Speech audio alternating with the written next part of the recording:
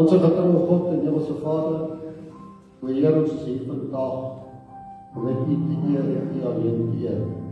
U self het gesê as ons U sal oplig, sal U die mense aantrek. Daarom, Here, belig ons vir vandag hoor uit hierdie kerk uit, Here, dat die mense kan sien dat U hier so is, dat U saam met ons is en dat hulle welkom is om by hierdie huis U naam te kom eer en te kom prys.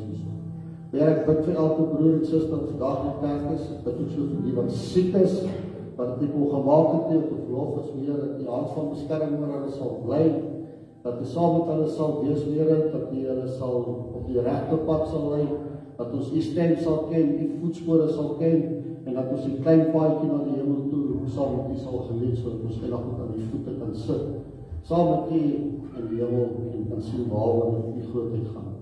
Weer dan bid ek ook vir die dienst wat vandag gaan kom, maak ons gedagtes ook, dat ons verstaan wat die woord is, dat ons die volgens die woord sal lewe van dag tot dag, en dat ons mekaar sal opbou in die woord is mede broers en susters.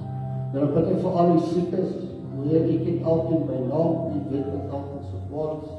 Weer ek bereid uit te vra dat U sal aanraak, dat U sal gesond maak. Weer ek dat U weet dat U gesond gemaak, dat U sal opstaan en sal getuig, maar wat 'n groot Hemelse Vader ons dien, en dat U nog steeds wonderwerke elke dag doen. Ons bid al die dinge wat ons het verdien nie, maar enkel alleen op die groot en heilige genade.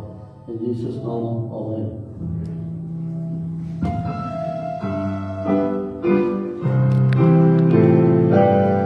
All we know, and all we ever way to. All we know, and all we ever way to. He is God, full of water, hallelujah, praising all, holy Lord, and all we ever way to. All we know, and all we ever way to.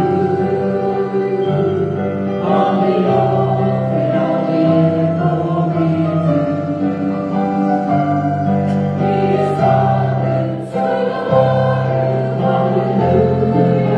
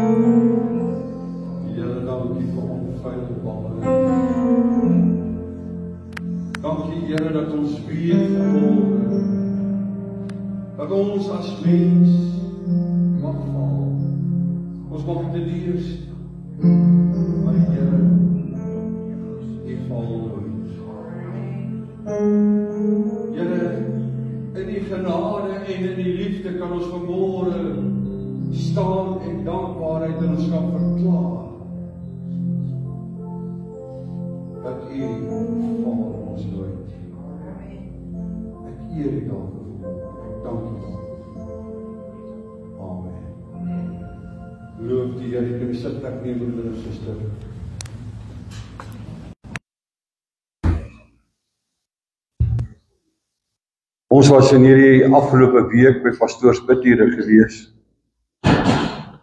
Was 'n baie geseënde tyd. Daar was lesings gewees oor Reinhard Bonke, hulle se Christ for All Nations. Dr. Anthony Jacobs het in die aande vir ons die woord bedien. En dit was 'n geseënde week gewees en dit was 'n aangename tyd gewees. Maar so het ons een diens gehad, voor elke diens dan sing hulle so 20 minute en 'n halfuur en dan is dit die diens. Toe sing hulle hierdie koortjie. En ek dink, joh, dit is kosbaar. Want dit is nie 'n koortjie wat baie gesing word meer nie. Vroeger jare was dit baie meer gesing in die kerk en kerke as nou. Maar die waarheid bly dat hierdie koortjie se woorde is waar. Never failed me yet. Amen. Amen. Ek wil vanmôre met die praat oor die gedagte gaan dink deur die week. En toe ek gedink het aan vanoggend se diens en afgesonderheid en voorberei vir vanoggend se diens, was die vraag in my hart gewees, hoeveel keer het ek al mense geval? In dit wat ek gedoen het of nie gedoen het nie. of dit wat ek gesê het en dit wat ek nie gesê het nie. Hoeveel keer was ek in my eie lewe, in my eie menswees, op 'n plek waar ek 'n ander gefaal het, teleurgestel het. En daar is sekerlik in elke van ons se lewe sulke tye, sulke oomblikke wat dit met ons gebeur. Maar kom ons lees die woord van die Here uit 2 Korintiërs 6 uit. En terwyl jy die Bybel oopmaak, daarheen, as jy na hierdie kerk kyk, dan sal jy sien hy bestaan uit 3 dele uit. Die eerste kerk,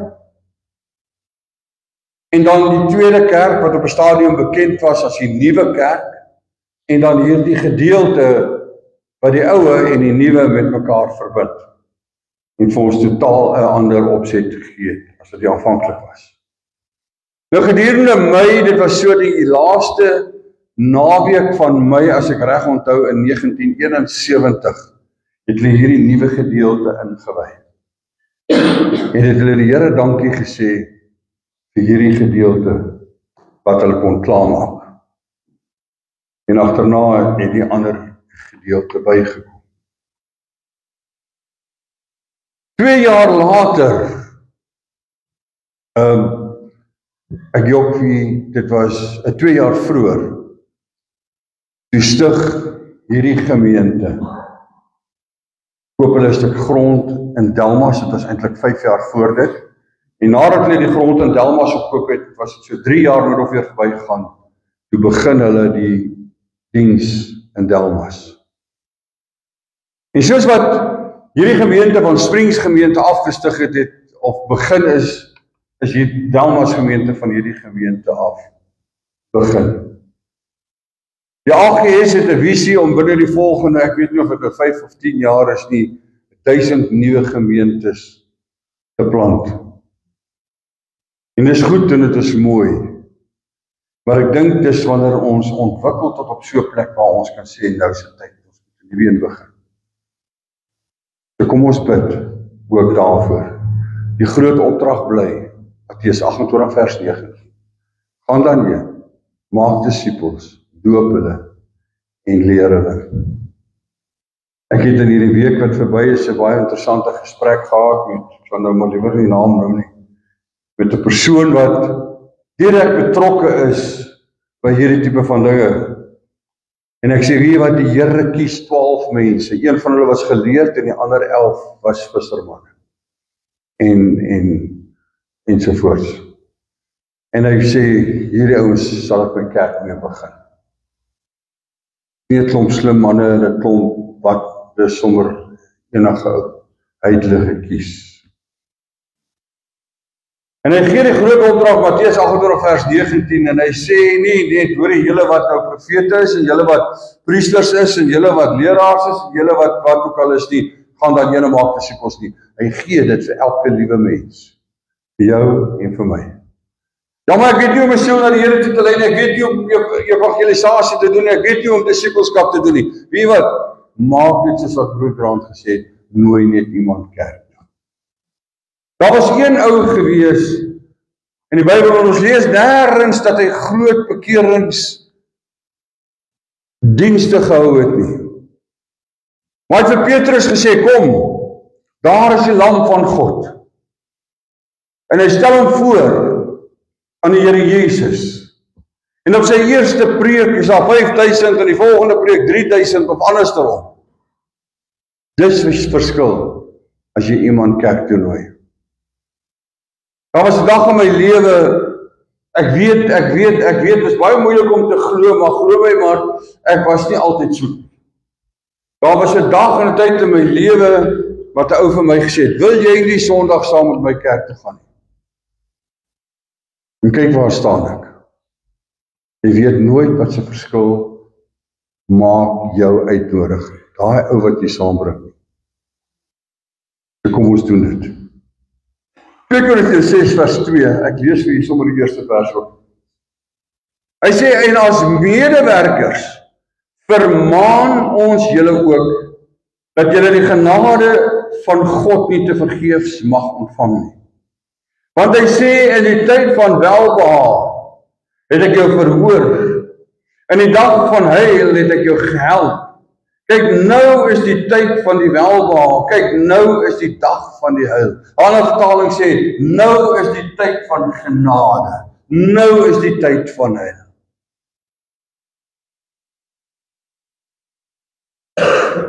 Ek weet nie wie van u weet wie is D.L. Moody nie. Maar hy was 'n man wat nie teologies opgelei was. En tog bestaan die Moody Instituut vir Teologiese Opleiding vandag nog, lank na hy oorlede is. Maar hy was 'n baie invloedryke Amerikaanse evangelis en het baie gedoen om die Christendom, of sal ek sê die protestantse Christendom in Amerika en in Engeland te verkry. En ek noem dit spesifiek omdat hy ook in Engeland gewerk het wat op die stadium baie Afrikaans en baie katholiek was. Maar hierdie man het as 'n jong man tot bekering gekom en daarna het hy betrokke geraak by sonndagskool. En nadat hy vir 'n tyd lank sonndagskool betrokke was, het hy begin om evangelisasiewerk te doen. En laat ek vandag vir jou een ding sê, my broer en my suster, hoor mooi. Wat ek nou vir jou sê is bewese navorsing. Jy kan dit gaan lees, jy kan dit gaan opsoek. Dis bewysbaar. Dit was met verifieerbare navorsing bepaal, dat jy 'n 30+% kans om kinders voor die ouderdom van 13 by die Here uit te kry en hulle bly by die Here as daarna. Daarna val dit van 13 af na 18 toe na so 5%, dan tel dit weer so 1% op en daarna is dit maar so rondom 5% kans wat jy het om mense by die Here te kry. En daarom moet ons besef dat ons het 'n baie belangrike rol om te speel in kinders se lewens. En dit is nie net die kerk nie, dit is nie net die skole nie, ons kan nog nie meer op die staatskole en sovoorts reken nie, maar dis ook die ouers wat 'n verantwoordelikheid. Maar Moody het sonndagskool gegee en daarna het hy begin om evangelisasiewerk te doen. En sonder dat hy teologiese opleiding gehad het hy begin preek. En Moody het een ding besluit, by preke sal eenvoudig wees, maar dit sal vurig wees. En hy het groot evangelisasieveldtogte in Amerika en in Engeland gehou. En daar het baie mense in sy dienste onder sy prediking tot bekering gekom. Hulle hart en hulle lewe met die Here reggemaak. En in Moody se lewe was daar 3 kenmerke wat uitstaande was. Hy het sy preke eenvoudig gehou sodat almal dit kan verstaan. Hy het gefokus ten tweede op bekering en geloof in Jesus Christus as redder, saligmaker en verlosser. En derdens, hy het 'n baie praktiese benadering tot die lewe as 'n Christen gehad. En hoor mooi wat ek vanmôre vir julle sê, en ek sê dit met groot liefde, groot deernis, groot respek. Ons wil baie keer die evangelie van Jesus Christus moeilik maak. Dis nie 'n moeilike evangelie nie. Hy is so eenvoudig dat elke mens, elke kind en elke persoon gered kan word. Maar ons maak dit baie keer met argumente en redenasies en al hierdie tipe van goede, maak ons dit moeilik. Maar is nie moeilik nie.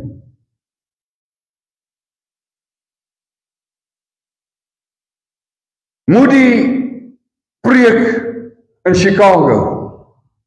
Oktober 1871.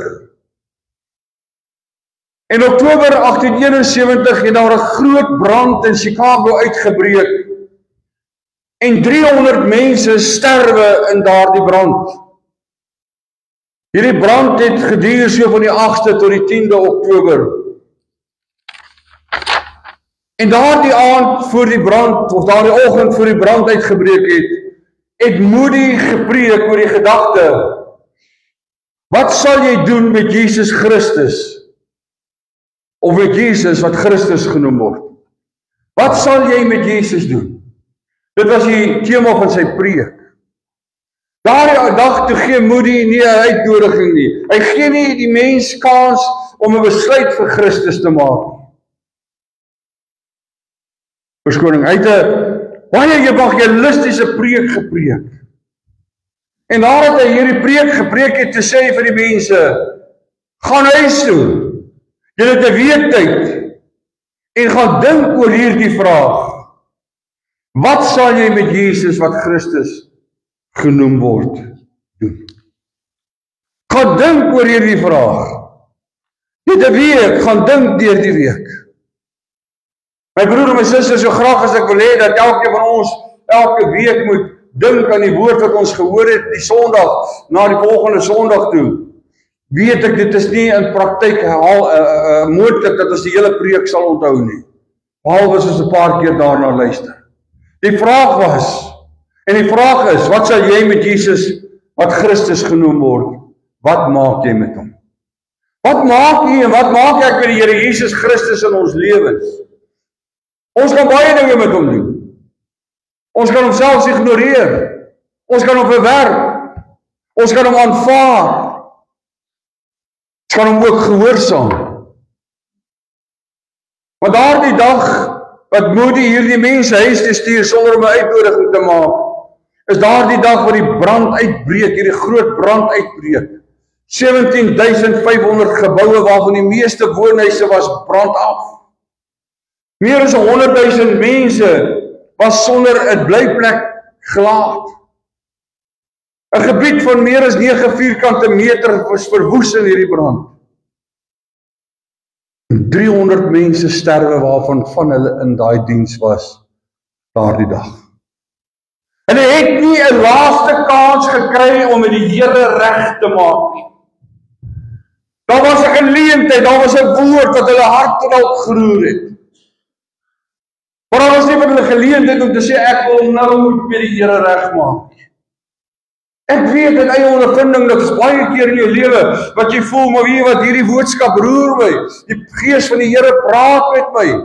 Ek hoor die Here praat met my oor 'n spesifieke saak of in 'n spesifieke diens. En dan kan ek huis toe gaan en ek kan met die Here regmaak of ek kan daar in die bank sit en sê ag Here, hier is ek. Maar hoeveel doen dit? Baie mense wat in die diens was het gesterf. Hulle het nie 'n week gehad om te gaan dink oor hierdie vraag, wat sal jy doen met Jesus wat die Christus genoem word nie? Hulle sterwe. En Moody het dit met herhaling gesê, hy beskou dit as die grootste fout van sy bediening. En hy het gesê, ek sal nooit weer my gehoor sy siel aan tyd toe vertrou nie. As die Here nou sê, jy moet jou saak regmaak, dan maak jy soos wat die Paulus in sy bediening sê hier in Korintiërs. Hy sê, dis nou die tyd van genade. Dit is nou die tyd wat ek jou verhoor. Dit is nou die tyd wat ek jou help. Dit is nou die tyd van jou heil. Nou. Nie net nou nie. Nie later nie. Nou. God se genade, my broeder en my suster, is in oorvloed. Maar weet jy wat, dit is gekoppel aan 'n tydsemester. Of aan 'n tydvenster. God se genade is gekoppel aan 'n tyd. En wie was die beste voorbeeld? Noag. Daar het jare en jare en jare verbygegaan terwyl Noag die ark bou. En mense spot hom. En hy word bespot, en hy word uitgelag, en hy word verneder. Maar kom 'n dag waar die wolke skeur en die reën val neer. En die ark se deur gaan toe. En daardie mense wat hom gespot het, en daardie mense wat nie geluister het na sy boodskap van bekering nie. Hulle het gesien hoe gaan 'n genade deur voor hulle toe. Daar's 2 rowers aan die kruis, een aan Jesus se linkerkant en een aan sy regterkant. En die Here sê vir hom, Here, vandag, nie môre nie, vandag as jy in die paradys kom, dink aan my. En die ander een sê, wat maak jy, want jy praat nou spel Moses hier aan die kruis. Vandag, sê Jesus, sal jy saam met my in die paradys wees. Hierdie een. God se genade is in oorvloed, maar my broer en suster, dit is tyd gekoppel. Ek weet van mense wat die Here verwerp het. Ek stap by 'n hospitaal en daar lê 'n man met wie ek baie gesprekke gehad het oor sy losbandige lewe, oor sy totale misbruik van alkohol. En daardie dag het hy batterysuur gemeng met brandewyn. En hy het gedrink en het sy stembande verwoes, dit het sy ingewande verwoes, want ek dink die batterybestuur is nie eers saam met Coca-Cola nie, wat nog te sê van brandewyn. bestem om gedrink te word. En terwyl hy daar in die hospitaal lê, en hy het nie meer 'n stem nie, en hy kan nie meer praat nie, toe ek met hom wil praat oor sy siel, en met hom wil praat oor sy verhouding met die Here, wat maak hy? Hy wys vir my, gee pad, gee pad, gee pad. Vir sy klein dogtertjie wys hy vandag, verby met my. Hy daardie genade oomblik wat vir hom beskikbaar was, het hy by hom laat verbygaan. Daardie oomblik wat tot sy heil kon dien, het hy by hom laat verbygaan. Hy sterwe daardie nag. En dan wil hy op sy begrafenis kom, en dan wil hy 'n liedjie speel wat sê, ek is nou in die hemel. My broer en my suster, hoe mooi daardie liedjie ook al is, jy kan hom op jou begrafenis speel 3 keer, begin, middel en die einde, maar hy gaan jou nie in die hemel bring as jou saak met Christus nie reg is. Amen. Amen. Hou van amen. Ek stap by 'n man in 'n hospitaal. Hy het 'n pas aangeheer. Die draad steek so by sy vlees uit. En hy lê baie ernstig siek. Maar hy het 'n harde hart. Nie eers die pas aangeheer kon hom gehelp het nie.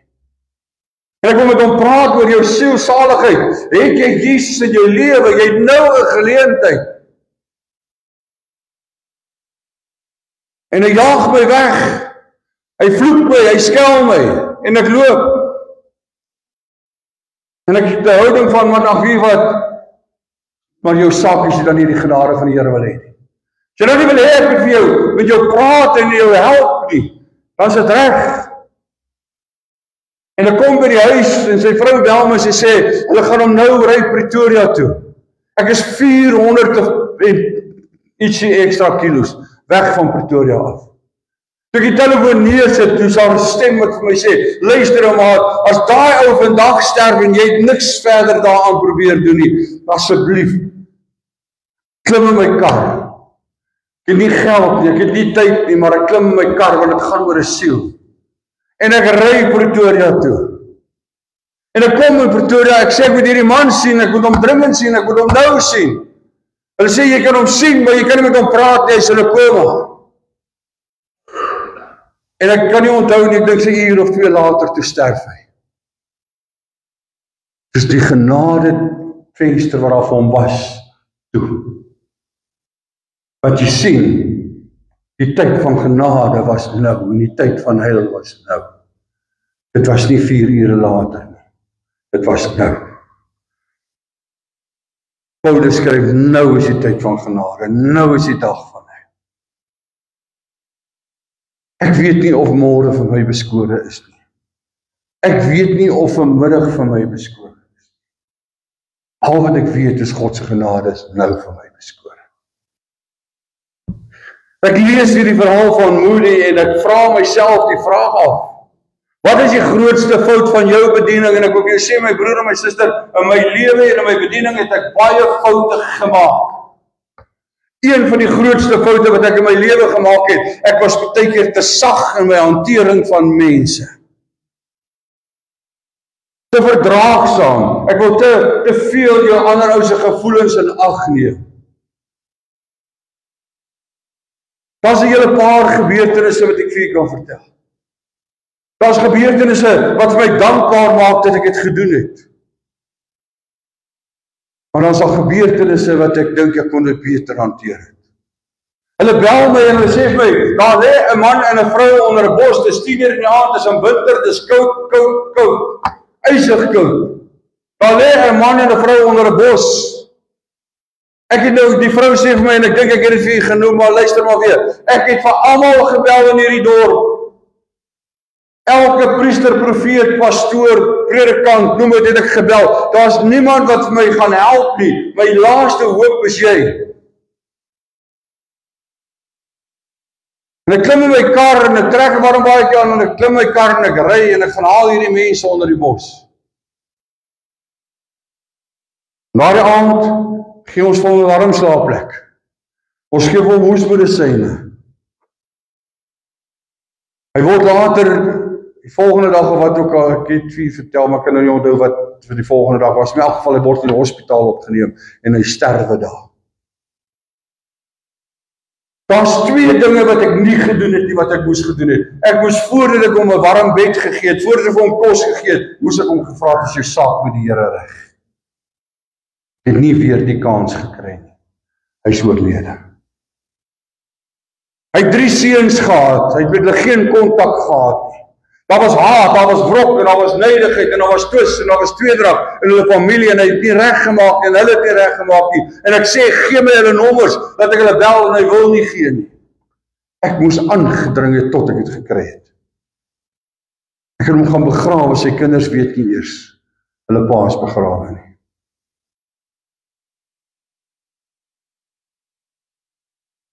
Ek kom in 'n gemeente,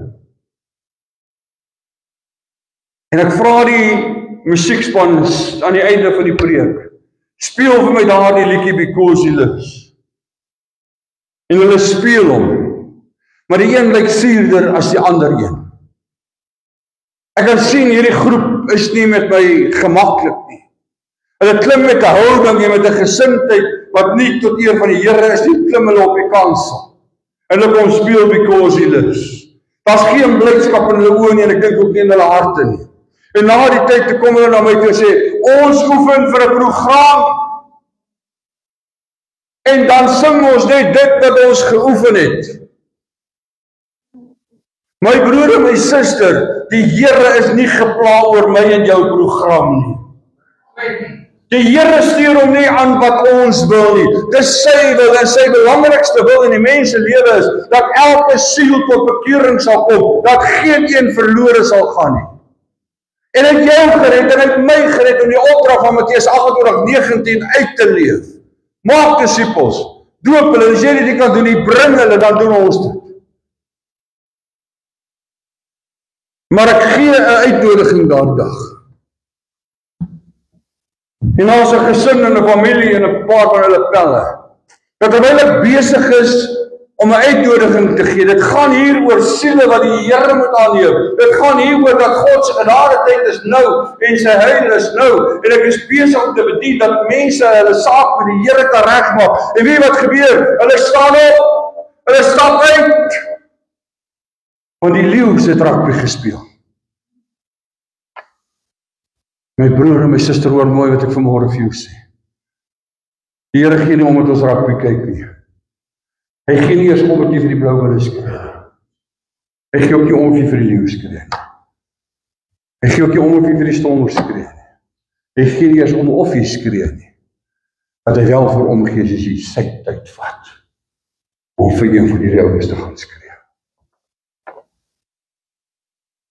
Dit neem my vrymoedigheid weg om 'n uitnodiging te gee, want mense het nie respek vir God nie. Hulle het nie respek vir ander mense wat tyd moet maak om hulle saak met die Here moet regmaak nie. Staan op, hulle stap uit. Weet wat my broer en my suster, hoor mooi wat ek vandag vir sê, ek deel net 'n stukkie van my hart. As daar gebid word in die kerk, is jy nie van ons self rond te loop. Ek doen dit op baie kerk skuldig daaraan. Want jy weet hoekom is dit belangrik dat ons dit nie doen nie, want ons is besig om met God te praat. Ons praat met 'n lewende God, almagtige God, dan respekteer ons dit.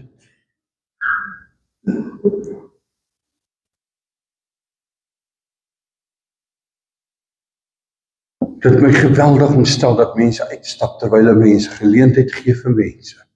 Sê ja, Here. Hier is ek het die genade nodig. Here, ek het hierdie heilsoomblik het ek nodig. Ek het die heil in my lewe nodig. Ek het redding nodig. Ek het vergifnis nodig. Here, ek het nodig dat U my sal aanraak.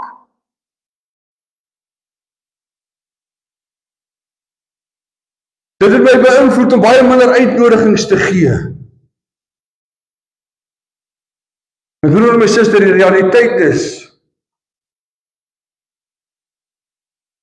hoe weet u en ek, wie almal in die diens het die Here nodig?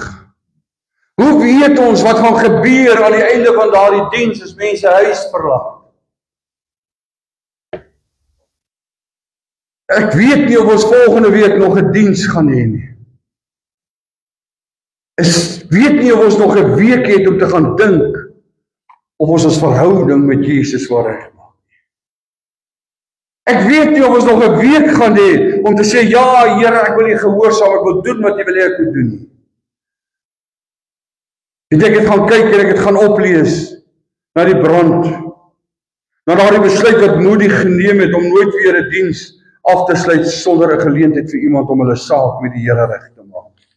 Sonder dat iemand 'n geleentheid gebruik om te sê, ja, bid vir my. Gaan kyk na baie bekende predikers, Billy Graham en hierdie ouens, dan sien ek met elke veld of wat hulle gehou het hulle uitnodiging gegee. Reinhard Bonke het elke diens wat hy gehou het hy uitnodiging gegee. My broer en my suster, iemand sê nie weet, maar daar is nie 'n skrif wat sê jy moet 'n altaarkol maak nie. Daar is nie 'n skrif wat sê jy moet 'n uitnodiging maak nie. My broer en my suster, daar is nie 'n skrif wat sê jy moet dit doen nie. Maar daar is 'n verpligting op ons geplaas. Ek kan vir jou baie teksgedeeltes gee wat vir verpligting op ons plaas om vir mense die geleentheid te gee om hulle te begelei en te help om hulle saak met die Here reg te maak. Daar is ook nie 'n teksvers wat vir sê hulle het in sagte kerke gesit met elektroniese toerusting, warm matte en aircons en wat ook al. Die feit is, ons moet dit in ag neem, ons moet respekteer, dat mense het Jesus nodig. Tyd te bekering nodig. Tyd nodig om hulle saak met die Here reg te maak. Tyd nodig om dit wat in hulle harte is, wat dalk bitterheid het, dit wat in hulle harte is, wat dalk nie van die Here as nie, of wat ook al, daarvan ontslae te raak. Mense het verskillende dinge nodig, partykeer is mense siek, maar ons het 'n uitnodiging waar ons saam met mense kan bid. 'n Halwe las is beter as 'n volle las. Wanneer jy dit gedeel het, is jou las die helfte ligter. Ons het nie altyd 'n week om te gaan dink nie. My broer en my suster, hoor mooi wat ek vanmôre vir julle wil sê. Ek wil hê hierdie kerk moet vol wees. Dankie. Ek wil hê ons moet daai deel daar uitbreek en nog stoele daar insit. Ek wil hê ons moet ook nog 'n rystoele voor insit. Dalk miskien nog 'n rystoele agter. Ek wil hê hierdie plek moet vol wees. Ons het nie 'n week tyd om te gaan dink of ons dit wil hê nie. Ons het nou sê ja, Here, ek wil dit hê. Ons het nie 'n week tyd om te sê, Here, ek wil deel wees daaraan dat mense tot bekering kom en dat mense hulle saak met die Here regmaak nie. Ek het nie 'n week tyd nie, want ek weet nie of ek volgende Sondag hier gaan wees nie. Ek hoop ek gaan hier wees, ek bid ek gaan hier wees. En ek hoop en ek bid ook ek gaan hier wees. Daarom moet ons doen wat ons hand vind om te doen terwyl ons tyd het om te doen. Daarom as jy nie iemand dat die Here toe wil lei nie, dan bring jy hulle en sê, wie wat, kom. Ja, maar daai kom skynheilig is. Sorry. Daar's baie van daai skynheilig is wat hemel toe gaan jy ook. Almal is in 'n ander mate van skynheilig. Ek is ongelukkig, ek is hartseer, ek is kwaad, ek is wie weet wat se goeders als. Dan kom ou dan vra hy my, hoe gaan dit? Nee, deur die genade wonderlik. Hoe skynheilig kan jy kry? Dis nie wat jy voel nie, dis nie wat jy dink nie, dis nie wat jy ervaar nie, dis nie wat jy beleef nie. Maar kyk, Hanno mag nie weet dat ek kry swaar en dit gaan nie goed met my nie. Nee, dit gaan goed deur die genade. Dis 'n vorm van skynheiligheid. Ek wil nie daaroor praat nie, maar nou is God se tyd. Ek wil vanmôre sê, Sindra's deur diep water. Baie van God se gemeentes is deur diep water. Maar dis nou die tyd dat ons die Here aangryp vir die redding van siele. Dis nou die tyd dat ons sê, Here, ons wil hê dat hierdie plek moet vol wees en die boodskap wat uitgaan, is dat daar's redding, daar's hoop, daar's lewe in Christus Jesus. En hierdie mense lewe soos mense wat waarlike verhouding het met die lewende Christus. Kan elkeen 'n bydrae maak, ons kan elkeen 'n verskil maak. Maar die belangrikste dat wanneer ons 'n uitnodiging gee in 'n diens, dan sit jy daar, as jy nie uitgaan vir gebed nie, dan sit jy daar en jy begin bid en sê, Here, hulle wat vandag 'n aanraking nodig het, hulle wat dalk ontwillig is, hulle wat dalk bang is, hulle wat dalk skaam is, hulle wat dalk nie vrymoedigheid het nie, Here, lig hulle en laat hulle gaan, sodat daar 'n verandering in hulle lewens kan kom. En is nie noodwendig net dat hulle moet bekering kry nie, nee. Ek wil nog eendag praat met u oor die woord bekering, want bekering beteken it's a change of mind, it's to think differently. Daar's baie dinge waaroor ons as Christene moet anders dink. Elke belofte in hierdie Bybelboek is myne. Elke hoofstuk, elke versie, elke lyntjie. Amen. Amen. Maar nou wil ek verder gaan vanmôre vir jou sê, elke opdrag, elke voorskrif in hierdie Bybelboek wat jy in elke hoofstuk en elke vers en elke lyntjie kry, is ook joune. As die Here sê jy moet mense lief hê soos jouself, dan beteken dit presies dit. Wil jy hemel toe gaan? Ja, maar wat wanneer jy nie met daai ou daar by die huis sit en op nie hemel toe gaan? Jy moet oor hom opgaan, maar hy moet ook hemel toe gaan. En jy is die skakel. Nou, jy ken nie, jy wil ons by my huis nie, ek kan nie met hulle praat nie, maar moet nie met hulle praat nie, moet nie met hulle argumenteer, en nee, die Paulus, ons het nie daardie gewoonte om te twist nie, maar al wat jy doen is, jy sê vir hulle, kom kerk toe, en jy bid vir hulle, en die Here sal die verskil maak. My broer en my susters, kinders van die Here, is 'n groot en 'n kosbare woord, en ons moet hierdie woord gehoorsaam. Dis wat hierdie groot en almagtige God wat ons aanbid, van ons verwag. Dis wat hy van ons verwag. Ek wil vanmôre vir jou vra, kyk na jou eie lewe. Hoe gehoorsaam jy vanmôre dit wat in hierdie Bybelboek staan? Hoeveel genade verloor jy? Hoeveel seën uit die Here se hand uit verloor jy? Omdat jy dit nie doen nie. Here, jou vader en jou moeder het jou dae verleng mag word. Dis seën uit die hand van die Here. Beteken dit dat mense wat jong sterf het die Here geëer nie? Nee, dis nie wat ek sê. Noem dit net as 'n voorbeeld.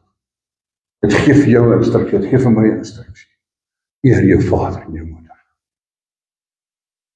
Weet van mense wat 'n vader en moeder uit die huis uit weggejaag het, wat 'n ouer geklap het. En ek is so lief vir die Here. Mense wat sê, ek spreek jou vry. Nee, dis nie wat die Bybel sê. Die Bybel sê, vergewe mekaar julle misdade sodat julle gesond kan word. En so kan ek aangaan vanmôre, my broer en my suster. Ons moet net 'n denkverandering kry dat God se tyd is nie later nie, God se tyd is nou. God se tyd is nou. God se oomblik van heil is nie later nie, is nou. Amen. Amen. Kom ons lê, Vader. Ons sit vanmôre soos mens voor U, o Here. Want ons is mens. En omdat ons mens is ons ook swak. Here, fouteer ons. Here, laat ons geleenthede by ons verbygaan. Raak ons soms lui en laks. Onvrymoedig soms. Here, soms vergeet ons dat Handelinge 1 vers 8 sê, julle sal my getuies wees. Julle sal krag ontvang om dit te kan doen. Hemel Vader, ek wil vanmôre vra, praat met elke hart, elke mens, soos wat ons hier sit. En ek weet in hierdie oomblik, Here, oortuig U mense van dinge in hulle lewens. Ek hoef nie te oortuig nie, Here, want die Gees oortuig ons van dit wat verkeerd is in ons lewe. Die Gees oortuig ons van sonde. Die Gees oortuig ons van oordeel. Here, die Gees getuig ook van geregtigheid in Christus. En nou, o Here, soos wat die woord sê, die tyd van genade, die tyd van heil. Ek sê vir dankie vir hierdie tyd. En ek wil vanmôre vra, elkeen van die soos wat hier sit, as jy voel vanmôre, ek het ook gebed nodig. Ek wil nie uitgaan nie, ek wil net bid vir my af van die kansel af, dan vra ek staan.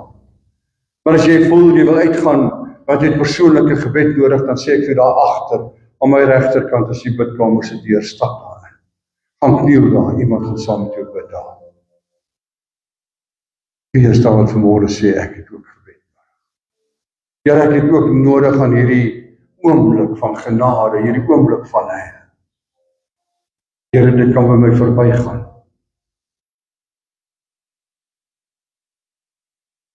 Sien jy aan, staan so vir my op, asseblief. Staan vir my op, ek gaan nie vry moet uitgaan. As jy wil uitgaan, stap jy self aan haar agter, toe na die bidkamer toe. Hulle saam met jou gaan bid.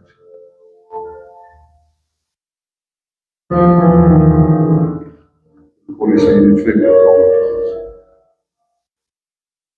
Daar nog iemand wat vanmôre wil sê, ek wil hierdie uitnodiging reik nie. Ons het nie 'n week tyd om te gaan dink. Dis nou God se genade tyd. Dis nou God se oomblik van Hy. Die agterna met my wil praat, maak afspraak. Gaan tyd maak daarvoor.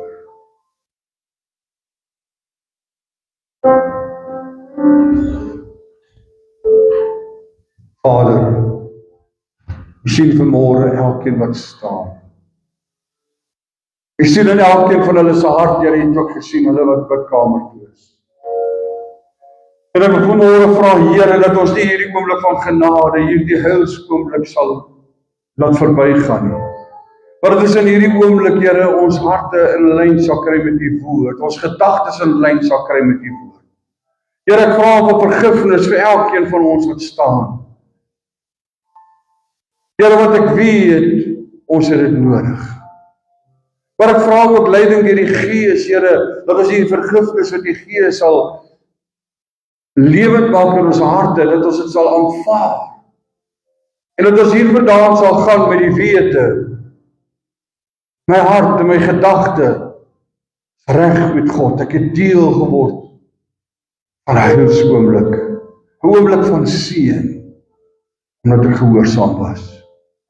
Vader, ek ken nie hulle harte nie, ek ken nie hulle denke nie, ek ken nie hulle probleme en hulle begeerte vanmôre nie, maar U ken. En daarom vra ek dat die rykdom van die genade, Here, gee vir elkeen wat nodig is. Here, en as daar een is wat vanmôre sê, my saak met God is nie reg nie. En ek nou vra, Here, dat U elke skuld, elke sonde sal vergewe. En dat hulle nou in hierdie oomblik sal weet dat U is getrou en regverdig, U vergewe. U verwyder ons skuld so ver as die ooste van die weste. U dink nie weer daaraan nie.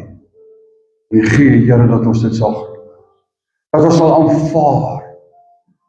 En dat ons nou sê, ja, ons aanvaar Jesus Christus as redder, as saligmaker, verlosser in ons lewe. Dat dit so sal wees. En dat ons sal weet, ons het hiervandaan 'n verantwoordelikheid om U woord te gehoorsaam. Te doen wat U woord vir ons leer om te doen. Vra dit vir een en vir elkeen in Jesus naam. Amen. Kom ons staan op.